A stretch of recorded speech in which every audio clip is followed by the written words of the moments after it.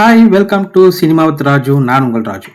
இன்னைக்கு இந்த வீடியோவில் எந்த படத்தோட மிஸ்ஸை பார்க்க போகிறோம் அப்படின்னா, விக்னேஷ் சிவன் இயக்கத்தில் பிரதீப் ரங்கராஜன் நடிச்சு அனிருத் இசையில் வெளிவந்திருக்கிற எல்ஐகே, அதாவது லவ் இன்சூரன்ஸ் கம்பெனி, இந்த படத்தோட மிஸ் தான் பார்க்க போகிறோம்.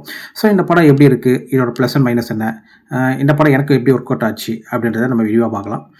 அதுக்கு முன்னாடி இந்த சேனலுக்கு இப்போ தான் நீங்கள் ஃபஸ்ட் டைம் வரீங்கன்னா ப்ளீஸ் மறக்காமல் சப்ஸ்கிரைப் பண்ணி சப்போர்ட் பண்ணுங்கள். அப்படி பெல் ஐக்கானை கிளிக் பண்ணிக்கங்க. அப்படியே இந்த வீடியோ பிடிச்சிருந்தா ஒரு லைக் அண்ட் ஷேர் கொடுத்துருங்க. ஸோ வாங்க வீடியோக்குள்ளே போகலாம்.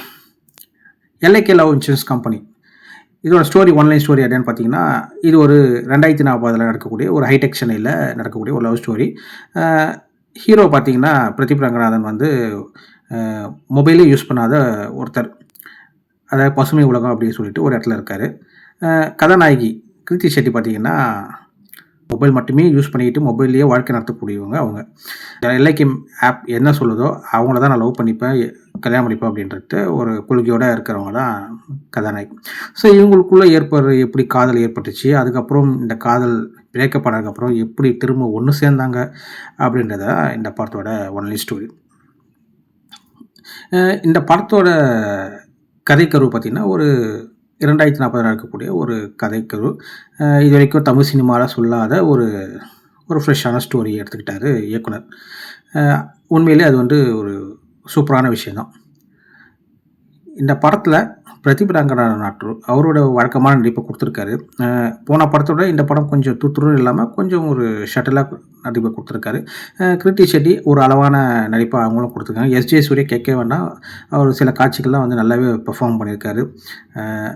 அதுக்கப்புறம் எனக்கு வந்து ஃபஸ்ட் ஹாஃபோட செகண்ட் ஹாஃப் ஓரளவுக்கு எனக்கு ரொம்ப பிடிச்ச மாதிரி எனக்கு ஃபீல் ஆச்சு.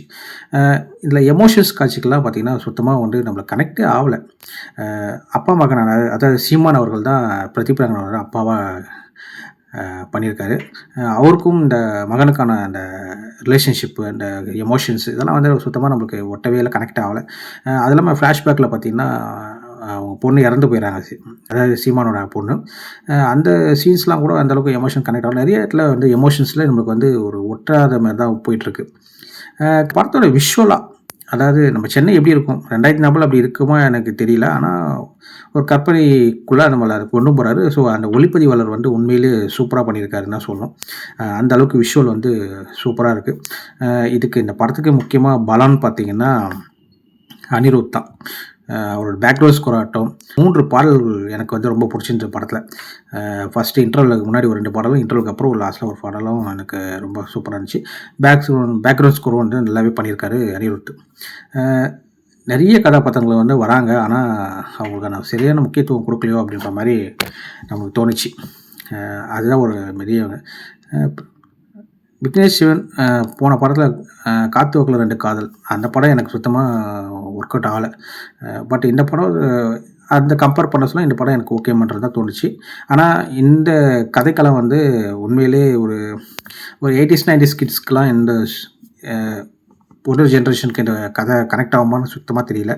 ஆனால் இந்த கதையை பொறுத்த வரைக்கும் விக்னேஷ் சிவன் டார்கெட் பண்ண ஆடியன்ஸ் வந்து இன்றைய ஜென்ரேஷன்னா எங்கள் ஜென்ரேஷன் ஜென்சி கிட்ட தான். ஸோ அவங்க கண்டிப்பாக ரசித்து பார்க்குறாங்க. நானே பார்க்க சொல்ல நிறைய யங்ஸ்டர்ஸ் தாங்க அதேமாதிரி ரசித்து பார்த்தாங்க. ஸோ அவங்களுக்கு இந்த படம் ஒரு வேளை ஒர்க் அவுட் ஆகலாம், நம்மளுக்கு அது அந்தளவுக்கு ஒர்க் அவுட் ஆகலைன்னு தான் சொல்லணும். ஆனால் இந்த படத்தில் ஓரளவுக்கு சூப்பராக சொல்லியிருக்காங்க. எல்லா பர்ஃபார்மன்ஸும் சரி, பாடல்களும் சரி, எல்லாம் நல்லா இருக்குது. இன்னும் இந்த ஸ்க்ரீன் ப்ளேயில் தான் கொஞ்சம் இன்னும் கூட அழுத்தமாக இன்னும் நல்லா ஒரு என்கேஜிங்காக சொல்லியிருக்கலாமோ அப்படின்ற மாதிரி ஃபீல் ஆச்சு. மற்றபடி இந்த படம் ரசிக்கக்கூடிய படம் தான். ஒரு நம்மளை அந்த உலகத்துக்கு கூட்டிகிட்டு போகிறாங்க. ஸோ உண்மையிலே ஒரு நல்ல படம். இது பார்த்திங்கன்னா யூஏ சர்டிஃபிகேட்டாக கொடுத்துருக்கேன். ஒரு கிஸ்ஸிங் சீன்ஸ் வருது. அதுக்கப்புறம் பார்த்திங்கன்னா அந்த பேட் வேர்ட்ஸ் வந்து சென்சாரில் கட் பண்ணியிருக்காங்க. பட் இருந்தாலும் நம்மளுக்கு எல்லாருக்குமே தெரியுது, அது தேட்டருக்கு கற்றுது. ஸோ அதனால் யூஏ சர்டிஃபிகேட் 16+ தான் அந்த படத்தை பார்க்கலாம், குழந்தைங்கள வேண்டாம். மற்றபடி இப்போ வீக்கெண்டுக்கு நீங்கள் பார்க்கக்கூடிய ஒரு சூப்பரான மூவி தான், ஒரு ஆவரேஜான மூவி. ஸோ இதே போல் வேறு ஒரு நிமிஷத்தில் உங்களை மீண்டும் சந்திக்கிறேன். டாடா.